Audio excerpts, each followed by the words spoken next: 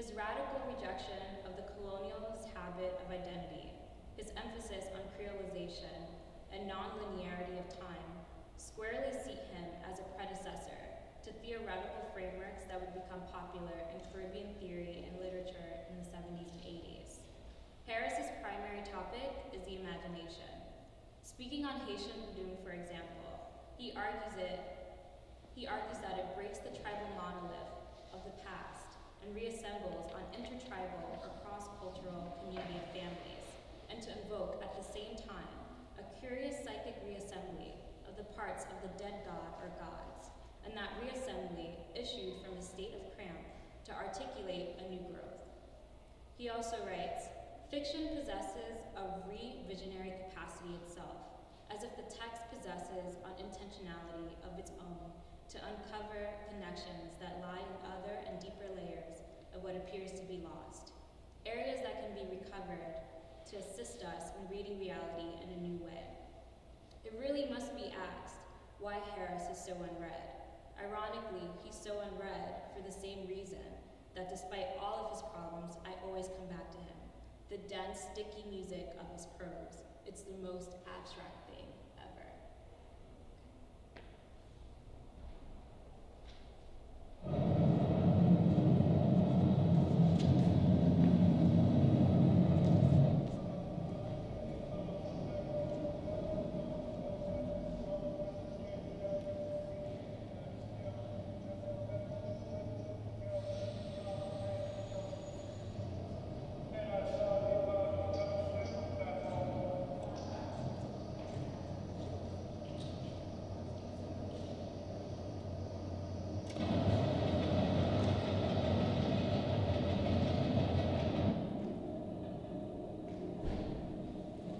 I led many expeditions into the heartland of the Guyanas, and one of the things that struck me was that many members of the crew were oblivious of the great voyages that had occurred, that had, in a sense, deposited them in the Americas.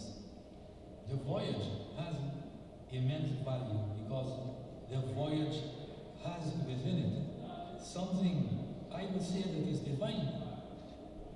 The voyage is always an exploration. It's a seeking. It's a searching. It's a quest for value. Now that quest may be overlaid by all sorts of matters to do with greed and lust and violence. But under that value remains.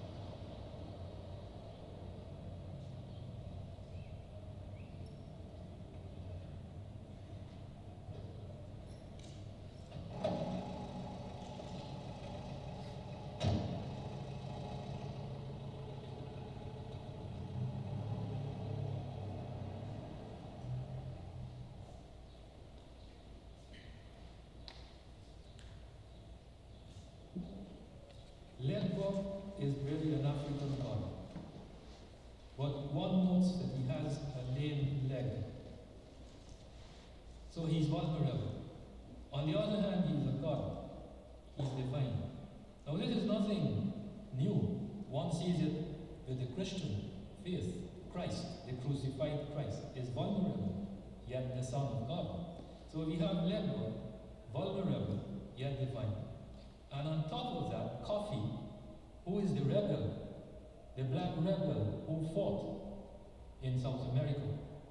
That complex of forces is obviously a complex that is explosive.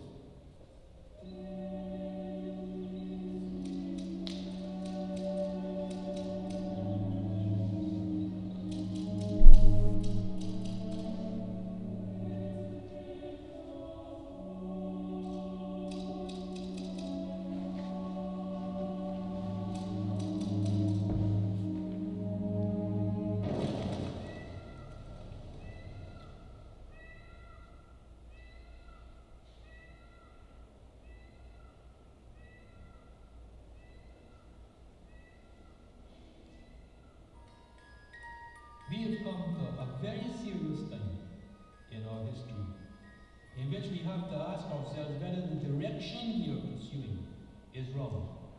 Whether the sails we have put up, under which we move, are oriented to the wrong trend, the wrong wind, the wrong tide, whether we have to turn and go in a different direction, completely different direction. The questions we have to ask ourselves about nature.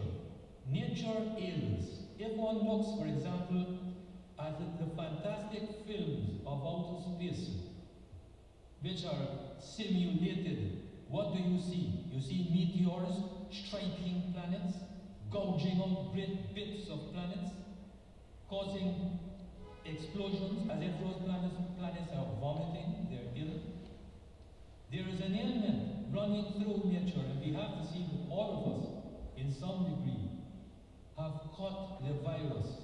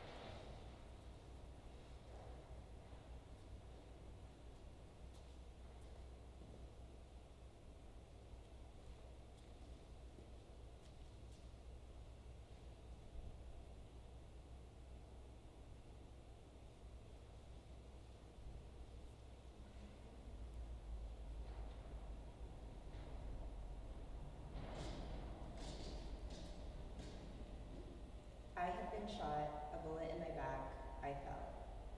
Where did you fall? I fell from a great height into a painting at a gallery in a great city.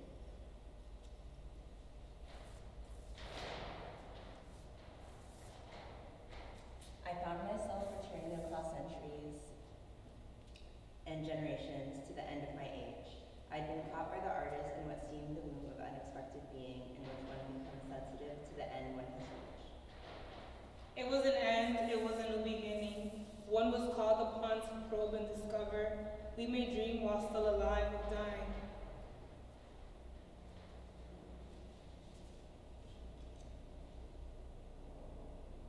But the dream is soon forgotten, as are the edges and corners of a relived life of which we dream, is buried in the unconscious. This is a form of entanglement. At such times of gravity, when one is a stranger in a great city, one is visited by troubling archetypal dreams.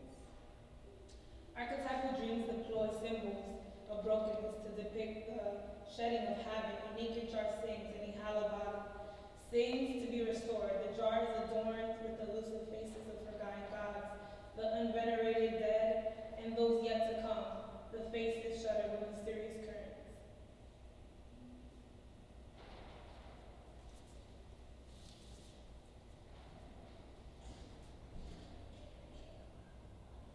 It may be that we are twins in a soul family, that I'm your twin in another universe, that our actions braid together on a wingless flight indexed in the unaccountability of stars like the silent swarm of ancient engine. In my family, the counting of stars is forbidden, as it brings warts.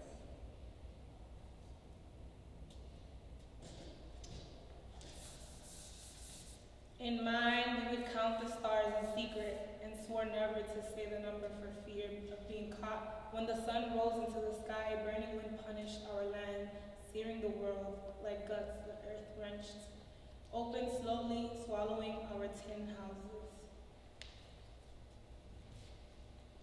It may be that we are two parts of an unknown whole, a memory of the future etched into the stark landscape of world theater, its epochal logics calling for a brighter worship of unknown space, as well as language, the doubler twin of space. The true character of cosmic freedom is obscure, yet that obscurity or darkness may bring to imaginative fiction and poetry a luminous paradox, depth and tone within the frailty of the human person in the backdrop, yet live tapestry of the universe that is appearing to the mind of science.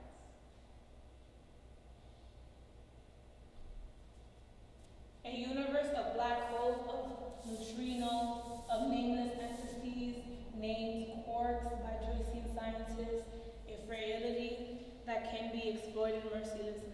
yet it's so elusive. In essence, it resists conscription, it matches itself by subtle fissures of illumination within the prison house of existence. There is a vertigo and anxiety to knowing that our actions impact each other's lives across universes. We may be intrinsically yoked by the nature of this meeting point. An ashen coconut covered in eggshell powder shone brightly to guide me here, to a door whose opening is closing. A fragile hinge of light, an offering to the unthought, which empties out the holy. A bright shadow peeks through, penetrates everything.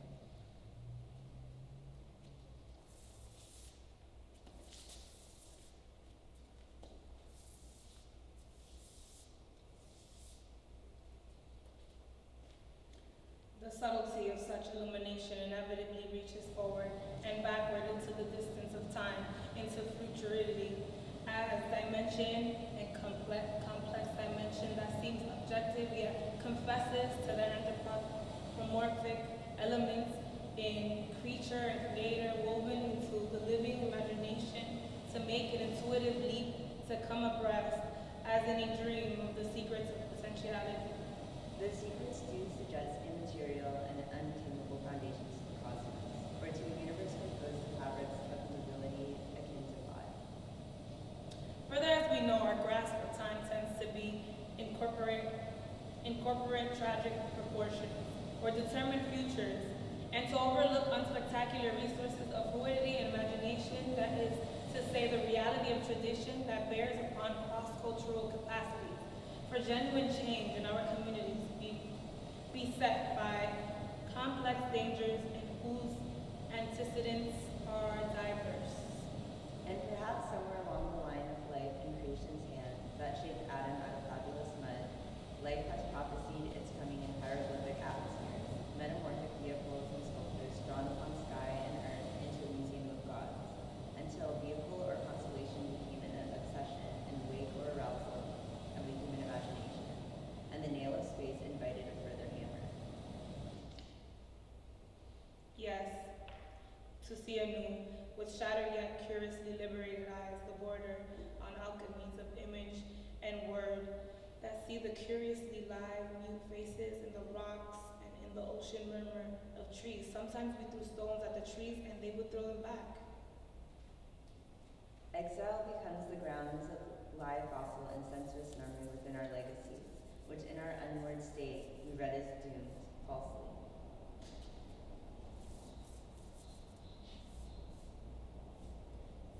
These legacies of transplantation, of ancestral and forced migration, are threaded into our uncertain roots and into the unconscious of Caribbean poetry, with its correspondence across certain African, indigenous, Asian, and European legacies as intuitive layers of self, not a picture of the world or toolbox for dry use.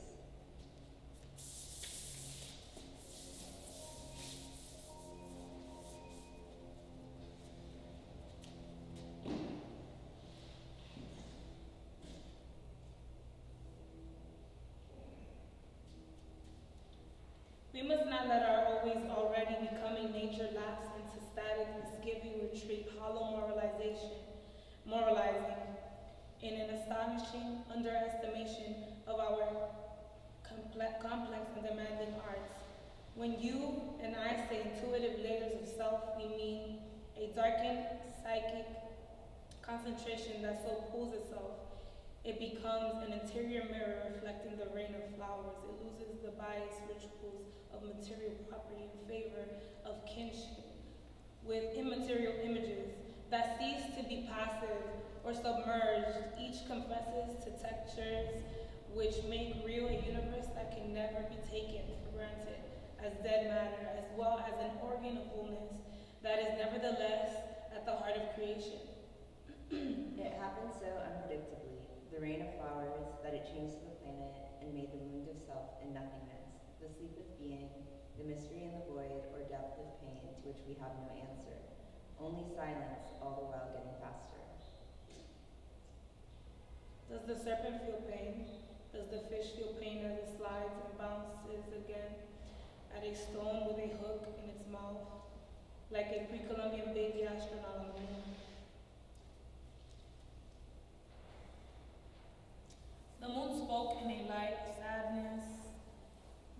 intrigued lovers across the ages.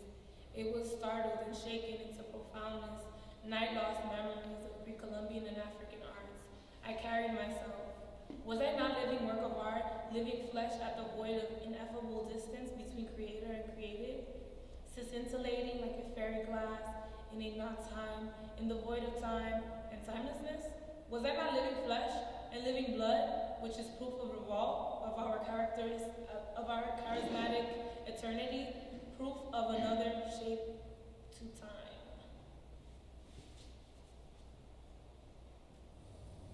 I was driven in my flight, like you, to reflect on myself as an extinct creature. I dreamt I had been robbed of my everything, both on this American mainland and the African mainland. I suffered a void of memory. I belonged to peoples of the void, but there was a catch, a shock of breath or breeze in the sensation. The shock of the peopling of the void, the flora and the fauna of the void, its climates and evolutionary paths.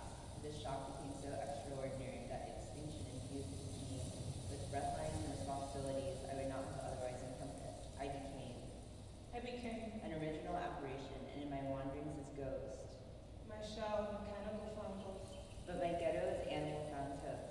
I came abreast of my extremities of loss, and visualizing my own nothingness as intangible somethingness, my inhuman as human. In this way, memory theater was born, and I understood in a language of prayer something hidden, incalculable, formless. I understood the infinite rehearsal upon me, the never-arriving whole at the centerless center of things. You were the fetus revised, you were the unborn grandchild revised, entangled in the waters of mirrors, death revised, in the unconscious fluid. I knew what my mother knew. You knew. I shared with her. You did.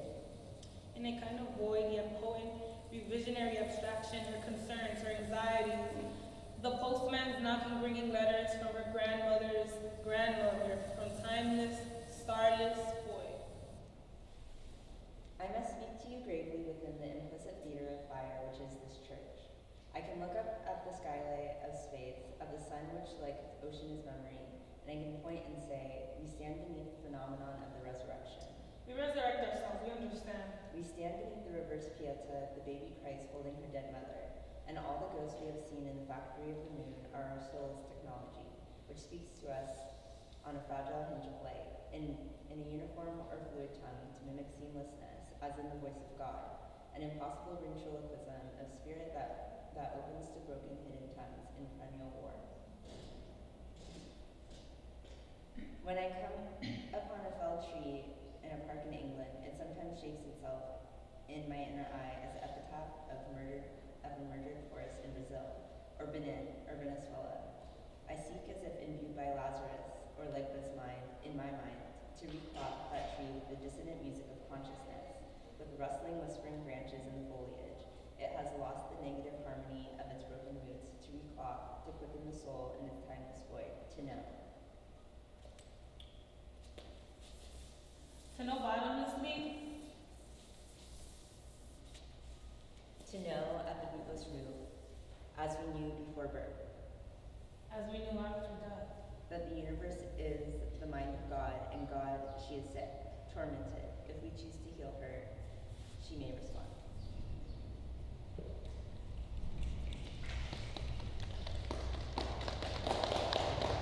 Hi everyone, what you just saw is a combination of my writing with the writing of Guyanese author Wilson Harris. It's kind of a work of fan fiction, and I combined our words to kind of find the theatrical direction inside of his metaphors and inside of the syntax of his sentences. As fans tend to do, I also have a portion analyzing his work and analyzing Wilson Harris in his own context, as well as his kind of contemporary relevance, or at least relevance to me. So yeah, without further ado, let's get into the slideshow. Thanks again for being here. Thanks to the Studio Museum and in Harlem, as well as all the funders for making this possible. Thanks very much to Anissa Jackson and Roxana Santana, the actors, wonderful actors in my play. Thank you to Shai and Marcon and everyone else on staff at the Studio Museum. It's been pivotal to make this event happen. Okay. So Wilson Harris is a Guyanese writer.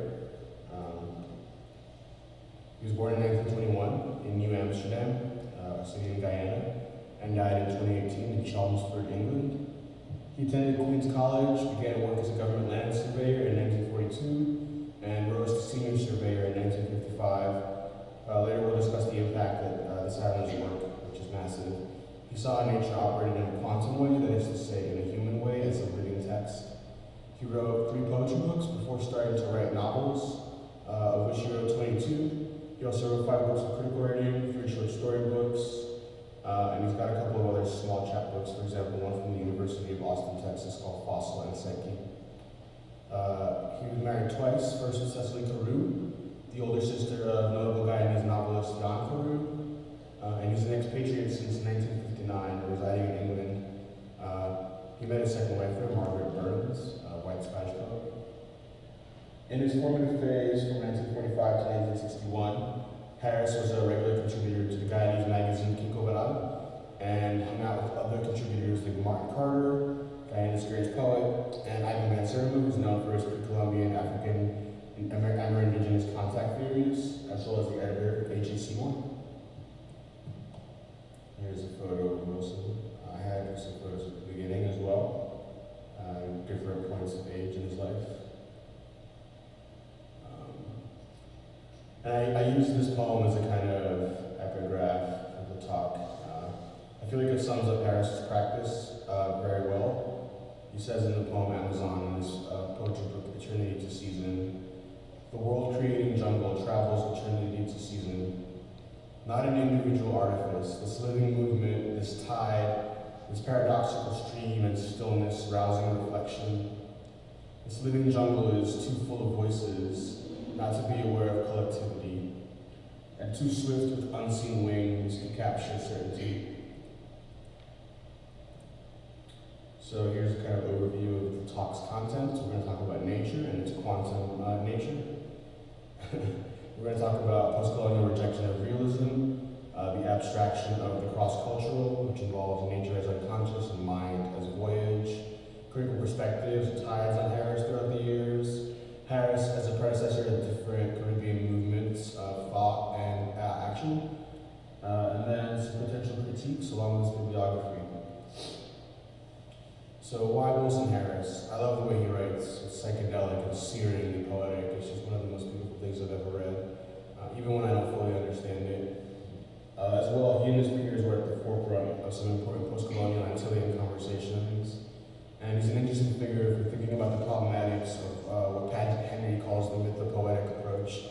We'll talk about this later, but Paget Henry has 2 general strands of thought and art in Caribbean practice. He calls it the historicist strain and the mythopoetic strain. And in part of his work, he tries to find a common ground between the 2 and connect some of the gaps, so to speak.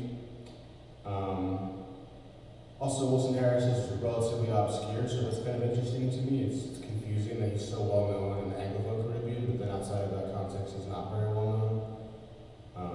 Which is the case with a lot of these post-colonial authors. So much of their work was ahead of its time and was neglected because of it. And I myself neglected Harris. I knew about him in high school because I was a fan of T.S. Eliot in high school, unfortunately, and I knew about some of the authors that he had brought to Faber when he was the director in the 60s, Wilson Harris being one of them. But I just never got around to reading him until far too late in my life. I think it was about 6 years ago that I first read The Dark Chester from 2001, and then Palace of the Peacock, Harris's first novel. And unfortunately, I had a lot of time in my life where I wasn't exposed to his work, so I have catching up to do. And this talk is kind of an homage and a way of apologizing to Harris for neglecting him for so long. Guyana is an Anglophone Caribbean country on the South American mainland, with a population of 784,000 people, according to the 2016 census. It was colonized first by the Dutch and then the British, and they achieved independence on the 26th of May 1966 and became a republic in 1970. Indigenous tribes in Guyana presently include the Waiwa, the Makuhi, the Patamona, Lokono, Kalinya, Wapishana, Pemon, Akawayo, and Warao. And the mixed population includes Amerindian,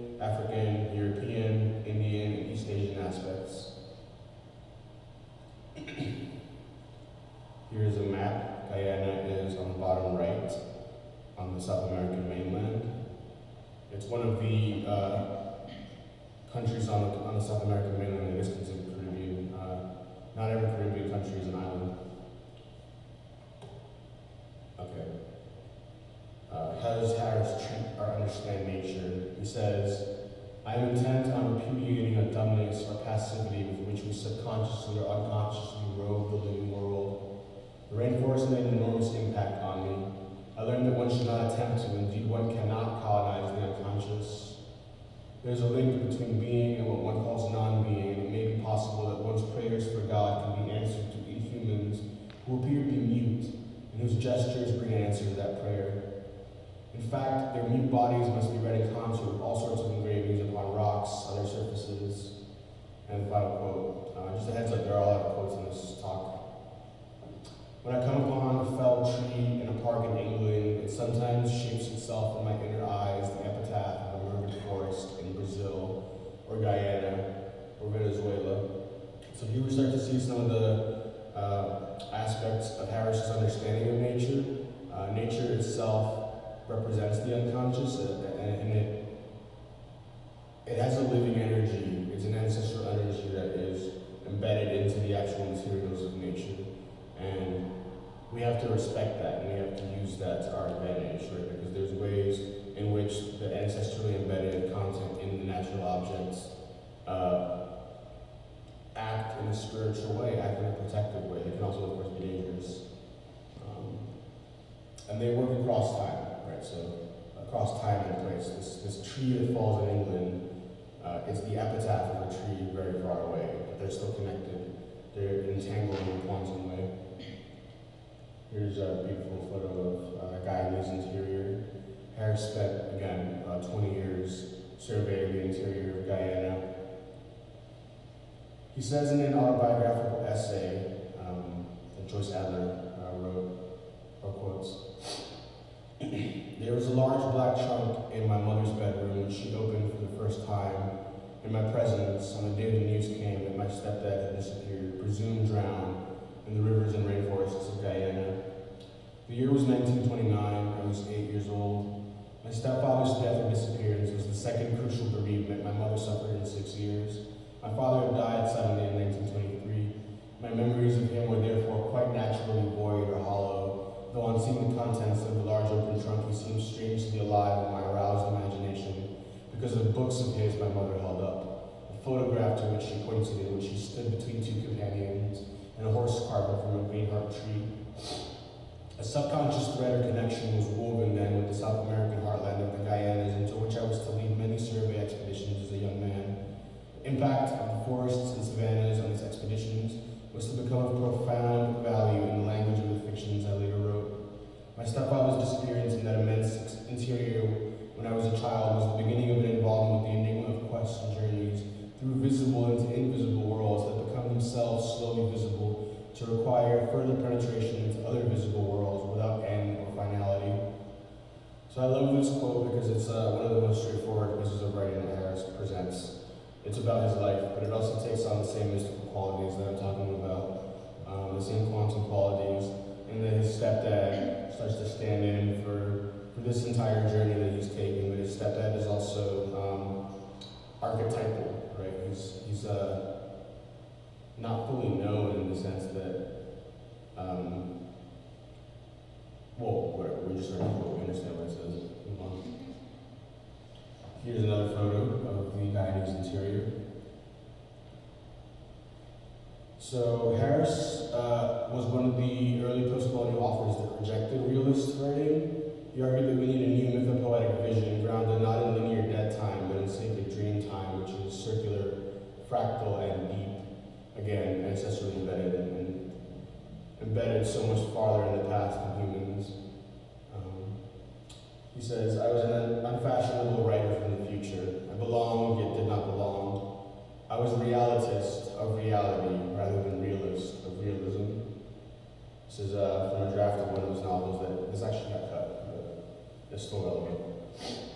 There's no ground of alternatives but to recover the dangerous chasm, the forbidden ascent, and seek a new dimension of feeling, a new oath of humanity. So he called his style quantum fiction, as we said. He said, my writing is quantum writing. You know of the quantum bullet? When it's fired, it leaves not one hole, but two. The radical openness of language is the medium for quantum flux. Harris says, in describing the world you see, the language evolves and begins to encompass realities that are not visible. So nature itself is this portal. It has ancestrally embedded material, but it also, that material gives it a portal quality, right?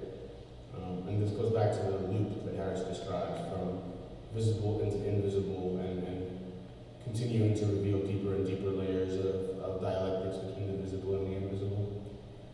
So for Harris, philosophy of history may well lie buried in the arts of the imagination. This philosophy is not autonomous or abstract, but in line with Paget Henry's conception of Caribbean philosophy, is enmeshed and intertextually embedded in Caribbean forms of life.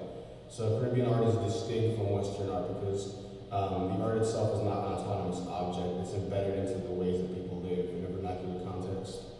And it's not thought of in the same way. Here's a cover of one of Wilson's books. He says, I believe that the images of a character and action are always refracted in the minds of people. A certain refraction or distortion occurs, and this signifies for me that the artist or the writer does not really possess the subjective purity that one imagines she possesses. It seems to me that her vision is fashioned by all sorts of things, small things that happen to her, perhaps the kind of food she eats, the kind of landscape which she remembers, and the kind of landscape in which she lives. I mean things that have to do with her emotional life, all sorts of circumstances, curious prejudices. I mean various things. We have to go very deep back into the ancestral past, and therefore there is, it seems to me, a certain purity in the artist's vision, and therefore I have striven all the time to make character, landscape, and myth agents of each other. Possibly involuntary agents of each other, because I don't believe in the self-sufficiency of the artist. I don't believe in self-sufficient models. I think the self-sufficient model is an illusion, and I know that the fashionable novel does not incline. I know that the fashionable novel does incline toward the self-sufficiency, because it is easy to read something where one finds oneself quickly in a facile way. But it seems to me that life is not like this, that this refraction occurs, this distortion occurs, and one has to somehow find a way of doing this in a novel. I think that while it has one disadvantage in that it makes for difficulty, it has an enormous advantage in that it encourages what I would call the open mind, where one knows that what is happening is not dogmatic, is not final, is not total.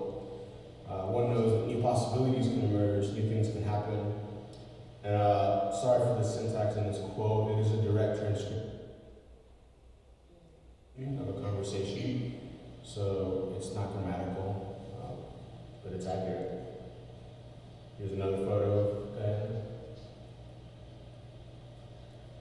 So let's talk a little bit more about the relationship between nature and quantum fiction.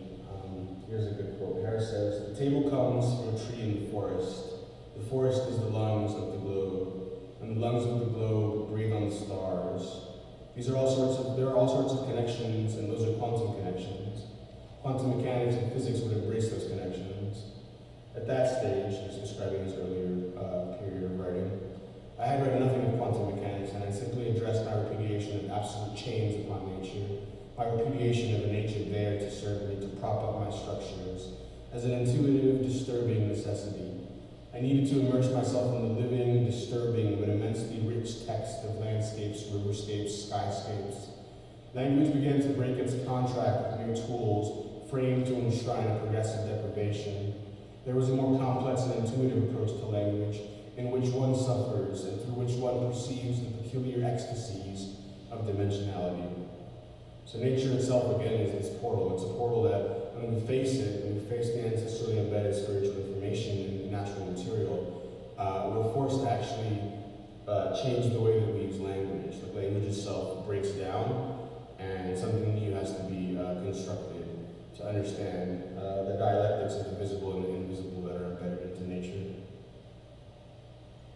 and the different entanglements that Harris talks about.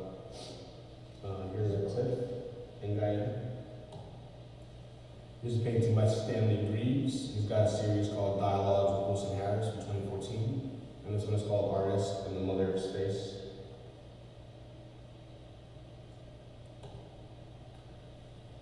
The abstraction of the cross-cultural.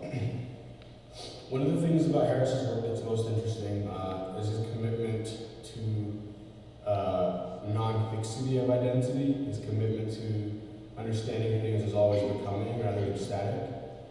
So his work emphasizes cross-cultural, syncretic, and creolized manifestations of survivance. I'm using a term by Gerald Wisenor to describe the continuing presence of ancestral legacies of creativity and resistance. So Harris, speaking on Haitian Vodun, says, for example, that the cross-cultural breaks the tribal monolith of the past and reassembles an intertribal or cross-cultural community of families, and to invoke at the same time a curious psychic reassembly of the parts of the dead god or gods, and that reassembly is issued from a state of cramp to articulate a new growth. So his prose is densely abstract, as we've seen a bit in the play as well as in these quotes, and it's steeped in the Caribbean imagination, in the language of fables, music, landscape, porch, church, etc. Some critics argue that Harris's work has more in common with South American magical realism, but I really disagree with this. I think it's deeply rooted in Caribbean aesthetics, and he also said that it was influenced by Caribbean aesthetics, so we can just take his word at face value. Why not? He's also distinct from the magical realists because he doesn't consign myth and fable to plot, right, as a kind of a deus ex machina or something, or as a kind of easy way to explain political content. You throw in something mystical and it stands in for struggle and oppression and stuff. Rather, Harris infuses his language with the values and ineffability of myth and fable. The instability of myth and fable are embedded into his actual sentences. Here's Harris in Guyana in the early 50s. In the middle, Harris is on the left, and in the middle is his boss, the head surveyor that Harris would eventually replace. And on the right is another worker. This guy is shotgun there. So the voyage of the imagination. As we saw in the clip that we played before the play, Harris said, the voyage has immense value because the voyage has something that is divine. It's a searching, a quest for value. And the voyage and the quest has to be reclaimed from conquest, colonization, linearity of time, etc.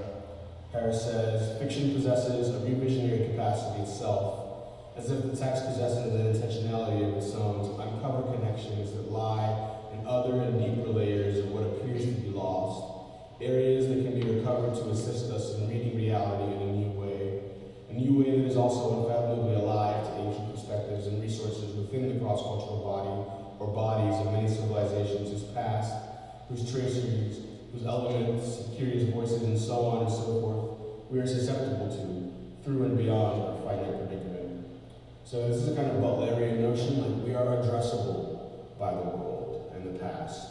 All of these unfinished and ongoing and syncretized, surviving traditions, things that seem like they're lost, actually address us. Our bodies are the condition of addressability on the part of these lineages, we could call them, or these quantum entangled ancestral presences and continuities. Here's a nice piece that says, migration is an act of courage. It's, I forget who made it exactly, sorry, but it's a direct response to border violence. It's kind of a way of reimagining what it means to make a voyage, right? So Patrick Henry argues that for Wilson Harris, consciousness is a universal living medium whose activities are necessary for the emergence and sustenance of all life forms. Harris says, when I speak of the unconscious, I am not only speaking of the human unconscious, but of the unconscious that resides in objects, in trees and in rivers. I'm suggesting that there is a psyche, a mysterious entity that links us to the unconscious in nature.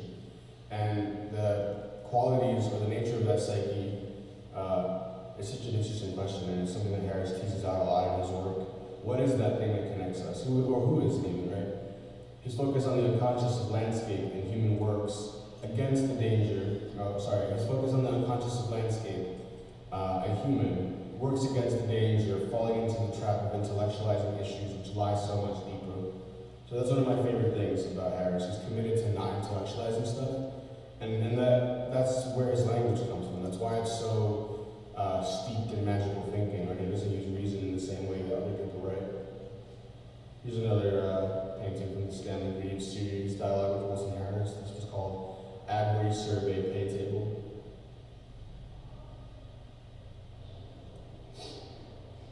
We can take Harris's large oath as a unified project, and he invites this. Characters from other novel universes make cameos, images and phrases rhyme and resonate across the novels, and the philosophy he expresses in his critical writing embodies itself best in his literary work. Similar gestures and narrative frames also abound, such as expeditions into the jungle interior of Guyana, walking around the streets of Scotland and England, unearthed journals of psychiatric patients, nonlinear narrative, massive leaps through space-time and across universes. For example, a protagonist in The Dark Jester jumping from a dream in a bed in England to medieval Peru to meet Pizarro and Atahualpa. Appearance as a character in his own books, that is to say, Wilson Harris is a character in Wilson Harris's own books sometimes. And archetypal protagonists like the Fool, the Dreamer, the Dark Jester, Idiot Nameless, etc. Lucinora Chudesoke calls Harris's approach an ontological promiscuity. It's a very interesting description. What does it mean to be ontologically promiscuous? Right? What does it mean to revel in the complexities of the universe that Harris is proposing? One which is in which our bodies, again, are the condition of addressability. And in nature addresses us. It comes with ancestral continuities and entanglements that address us. And there's something that connects us. Our unconscious and nature's unconscious connect somehow. And Harris tries to tease out what that connection is. Here are the two covers for Wilson Harris's omnibuses. The first one collects his first 4 books in the Guyana Quartet, and the Carnival Trilogy collects his 1560 to 17th book, I believe. Here's some more wonderful covers, Black Marsden and Angel at the Gate. And another painting from the Stanley Reed series. This one is Dialectic of Progress. So this one kind of addresses the blood myth of the Caribbean, the whole kind of like tripartite racial proposal, like we're 1/3 Indian, 1/3 African, 1/3 European. That might be true for some people, but in general it's used as a kind of political cudgel. And the distinctions between those different groups and the tensions and the deep-rooted anti-blackness of the Caribbean kind of gets alive through this blood myth, right? You also get a lot of white Latino people expressing themselves as people of color through this blood myth. So yeah, this is a great painting that tackles some of these issues. So what are some of the critical perspectives on Harris? Early work found parallels between the thought of Harris, Heidegger, and Hegel. So kind of focus on the dialectical nature of Harris's writing. And we see this in critique by C.L.R. James and Gregory Shaw.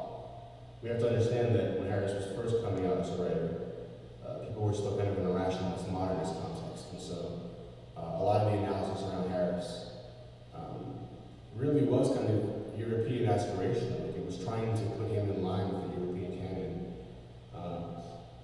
But luckily, more recently, people like Paget Henry, who I already mentioned, and Hannah Mace Jelinek, one of the foremost scholars on Harris, argued that to get to these depths, Harris needs neither Hegel or Heidegger. And that's from Paget Henry's book, An Introduction to Afro-Caribbean Philosophy from 2000.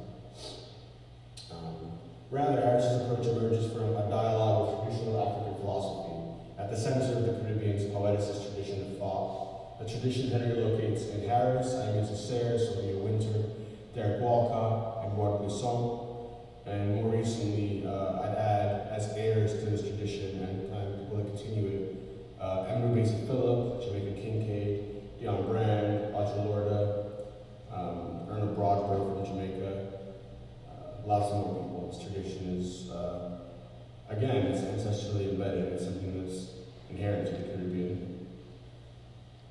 Paget Henry, again, contrasts poeticism with historicism embodied by people like C.L.R. James, Frantz Fanon, Walter Rodney, Marcus Garvey. The most current critical work on Harris, though, proposes a synthesis of the above two. So the Western aspirational and the kind of Pan-African understanding of Harris that was the middle phase.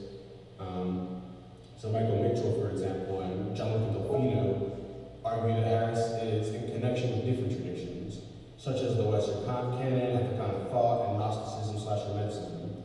Another constitutive element of his philosophy is pre-Columbian and Amerindian views of the world. So it took a long time for the critical tides to kind of just accept at face value the claims that Harris was making, that he is working in a cross-cultural capacity. There was a lot of essentialism going on in the first two phases that wasn't really useful for understanding his work.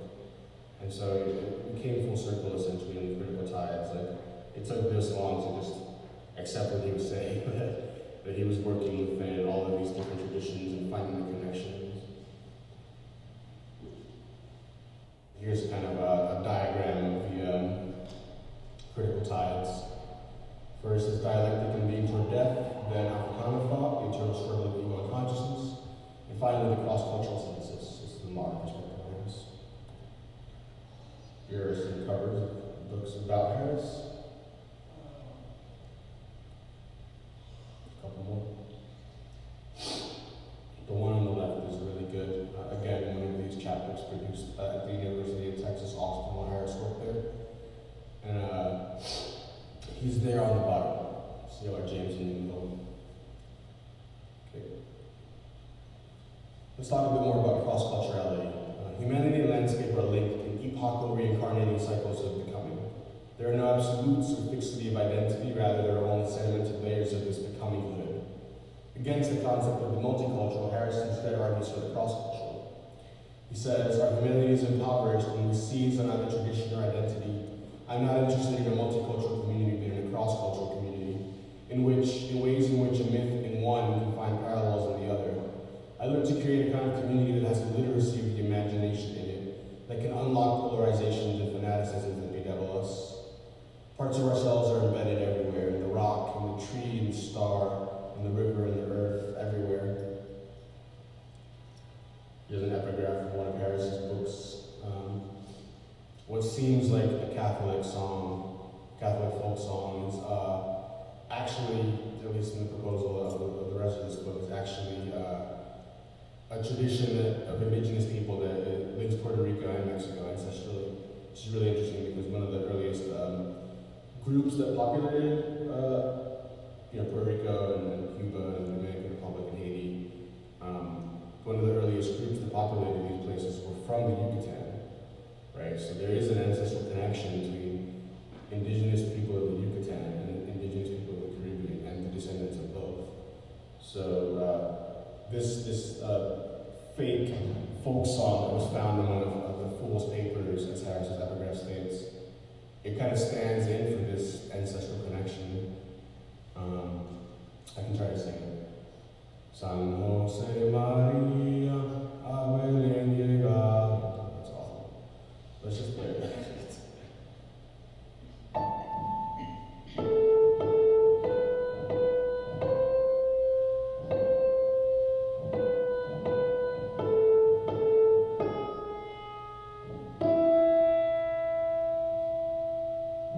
It's pretty.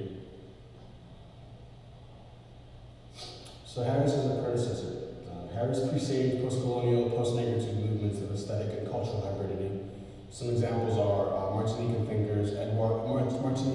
Edouard Glisson's Antiquité, developed in the 60s and 70s.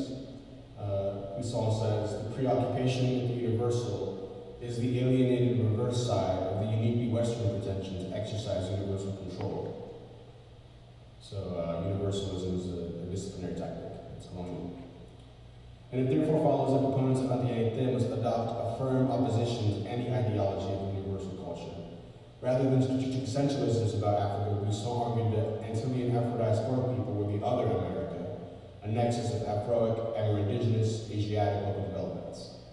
And in the 80s, Martinican thinkers and writers Patrick Chamoisseau, Jean Bernabé, and Raphael Confiant extended some of these thoughts in the movement called Créolité. And one of their most famous quotes is, Créolité is an annihilation of false universality, monolingualism, and purity. Neither Europeans, nor Africans, nor Asians, we declare ourselves Creoles. So these are two kind of two sides of the same coin, but they're also quite distinct because for Glisson, the emphasis is on the mix, while in Créolité, the emphasis is on not the mix, but rather an entirely new thing that comes out of the mix, right? There's no necessary link to Europe or Africa or Asia that Caribbeans need to have to be Caribbean.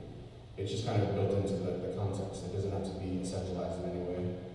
And we can't essentialize ourselves in that way. We can't say that, oh, we are European, oh, we are African, oh, we are Asian, oh, we are indigenous. Some people can say that, but the mixed population that mostly peoples of the Caribbean today is not one that can essentialize itself in this way. I certainly can't do that. Here's Eloge de la Cruauté.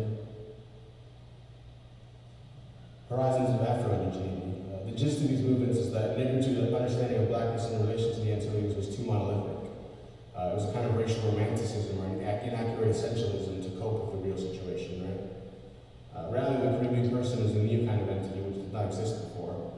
Our home is both distant and near. It's the Caribbean itself, which inherently indexes Africa, the Orinoco Valley, where the Arawak came from, the Yucatan, as I said.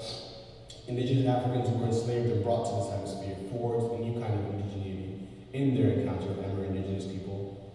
And this concept is called Afro-Indigeneity.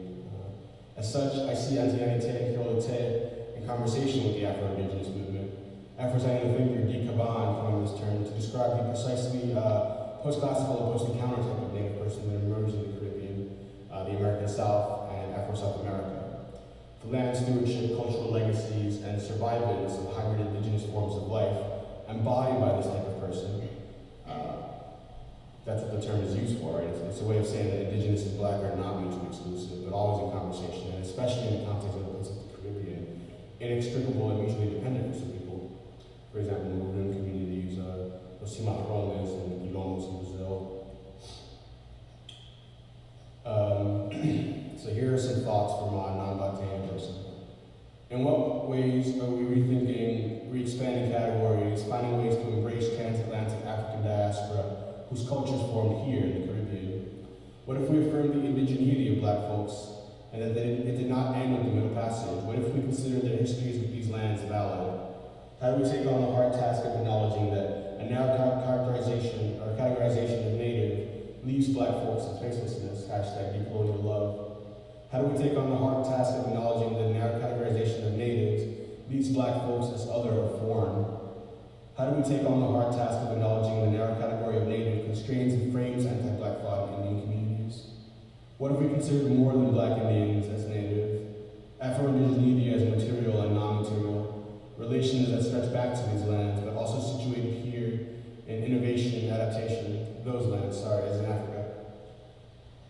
This thinker, her name is Kayla Opego-Viran. She's really cool. Dika Vani is a good friend of hers. They're two kind of central thinkers in the concept of Afro-Indigeneity. Inasa Crockett was another thinker. So True on Twitter. She's a Southern American, black Southern American from the South.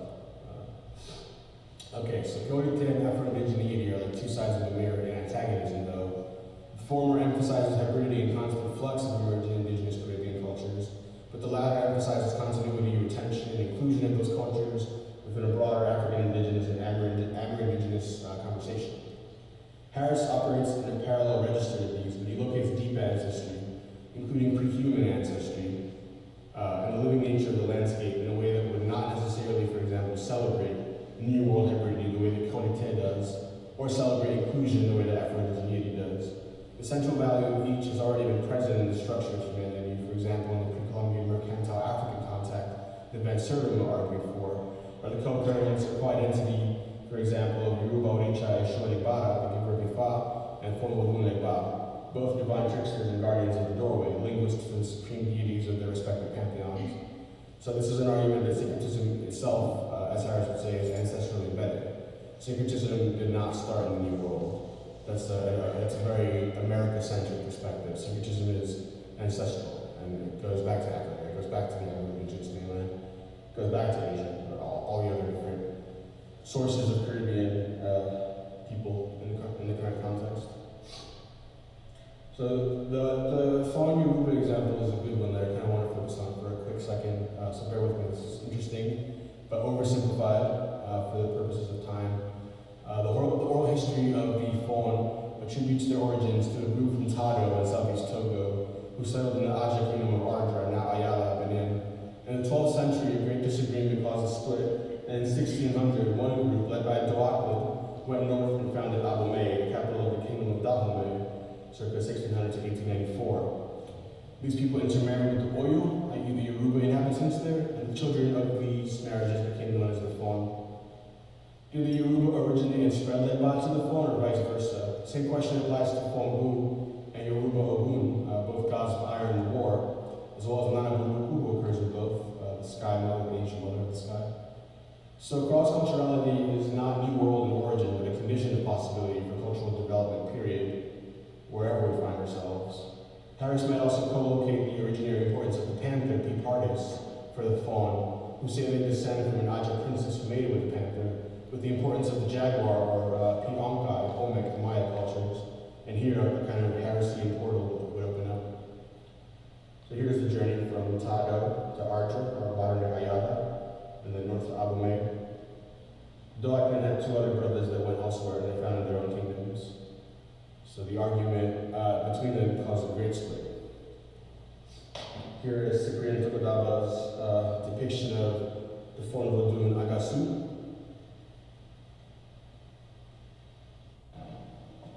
And so here we have on the left the Yoruba Orisha and Shoelebara, and on the right the Fon Vodun Legba. You see that both of them have horns, right? On the left, musical horns, as well as kind of horn-shaped head cap. And the cowrie shells kind of look similar to the chest markings on the right for me. On the right, the horns obviously on the head, and the phallic representation. So yeah, we can see that these are very different, but at the same time, there's an overlap there. There's a syncretism that's ancestral that comes, that's a condition of possibility for what happened in the New World. The religious and cultural syncretism that occurred. There's a page in longhand from the original manuscript of Wilson Harris's novel Resurrection at Sorrow Hill from 1993. Okay, so where's a good place to start with Wilson Harris? The book from which the poem I quoted in the epigraph comes is a good place to start. Trinity Season. It's easy to read and encompasses a lot of his philosophy, and it doesn't have some of the difficult stylistic tendencies of his novels. Palace of the Peacock, his first book, is a great introduction to the mythopoetic approach of Harris, and it's reasonably written, and it's still fairly realist in some of its language. I think he's still finding his way, so it strikes a good balance. Sleepers of Roraima from 69 and The Age of Rainmakers from 71 are short stories based on Guyanese indigenous myth, illustrations by Kay Osborne. They're short, and they're dense, and so deeply embedded in the mythical context that they're sourcing from, but their length makes them easier to read. It's just a quick read. It's a good kind of like brisk exposure to some of the complexities of Harris's work. Good budget buys would be the omnibuses, which I mentioned before. The Guyana Quartet collects his first 4 novels, and the Carnival Trilogy collects his 15th, 16th, and 17th. Best secondary sources, we saw some of them before: Hannah Mace Jelinek, Taylor James, Nathaniel Mackey, Gianluca Delfino, Joyce Adler, Homi Baba, and Henry, of course. Here's Harris with his second wife, Margaret. Margaret Burns was a Scottish poet, white Scottish woman. Here's Harris's Oath, first poetry, and the novels, and the nonfiction. So obviously, you can see that he's got a long, productive career.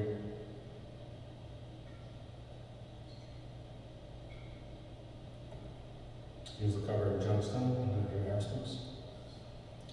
Okay, what are some potential critiques of Harris? Well, obviously he's hard to read, and that's just fair enough. If you don't enjoy the way that he writes, you just can't.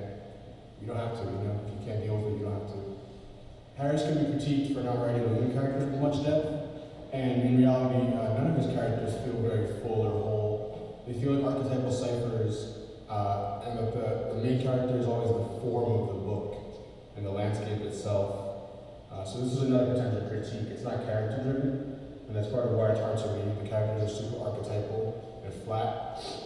With that being said, it is the case that his most fully formed characters are always men. His protagonists tend to be men. So there is a feminist critique of Harris that needs to happen. For a writer so enthralled to the mythopoetics of everyday West Indian life and the monuments of philosophical and aesthetic developments that emerge from that every day, you'd expect that Harris might write some strong or deep characters, right? But ultimately the land, and again the form of the novel, ultimately tends to be the strongest character. And this is some tea. I mean, I don't know what the context here is, but he did leave his children with Cecily Carew from his first marriage. By the 50s, after that marriage fell apart, Harris moved to the UK. I just hope that he helped them from overseas with literary income. I just haven't confirmed it. And this is just tea. So take it with a grain of salt. But we do want to shout out his kids. Let's do that. Denise Harris won the 1996 Guyana Prize in Literature for her debut novel, Web of Secrets. Ian Nigel Harris is currently the Chancellor of the University of Guyana and the former Vice Chancellor of the University of the West Indies.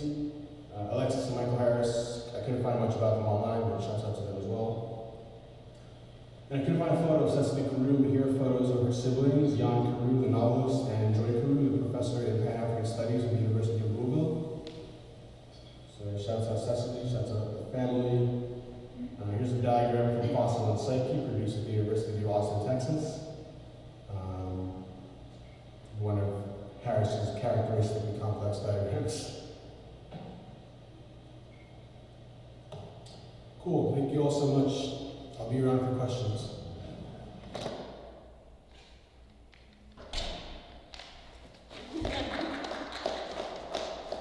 Still with us? I'm sure you have a ton of questions either from the lecture that we just heard or the performance.